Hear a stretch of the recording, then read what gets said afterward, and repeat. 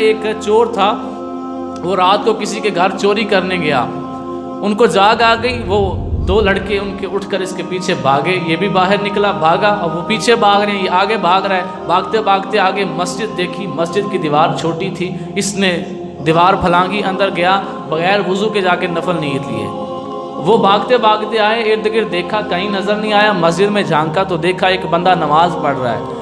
تو بڑا کہتا ہے کہ مجھے لگتا ہے کہ یہی ہے، وہ چور ہی ہے، ورنہ آدھی رات کو کون ہے جو نوافل پڑھ رہا ہے، یہ چور ہی ہے، چلو جا کر اس کو پکڑتے ہیں۔ تو دوسرا بھائی کہتا ہے نہیں یار، یہ کوئی تہجد گزار ہے، آدھی رات کے وقت اٹھ کر آ کر نوافل ادا کر رہا ہے، کیوں کسی کو برباد کروانا چاہتا ہے، کیوں کسی کی عزت کو کم کرنا چاہتا ہے، اللہ کا نیک بندہ ہے، آدھی رات کا وقت ہے، یہ نوافل پڑھ رہا ہے، چھوڑ اس کو، گھر چلتے ہیں۔ وہ گھر چلے جاتے ہیں، یہ چور سر سجدے سے اٹھاتا ہے، باہر نہیں نکلتا، وضو کرنے لگ پڑتا ہے، دوبارہ نماز پڑھ کے اللہ سے دعا مانگتا ہے، یا اللہ تو کتنا کریم ہے، تیرے گھر میں کوئی جھوٹی نیت سے بھی گرے سجدے میں پھر بھی بچا لیتا ہے، جو سچے دل سے گرے گا اس کی حالت کیا ہوگی،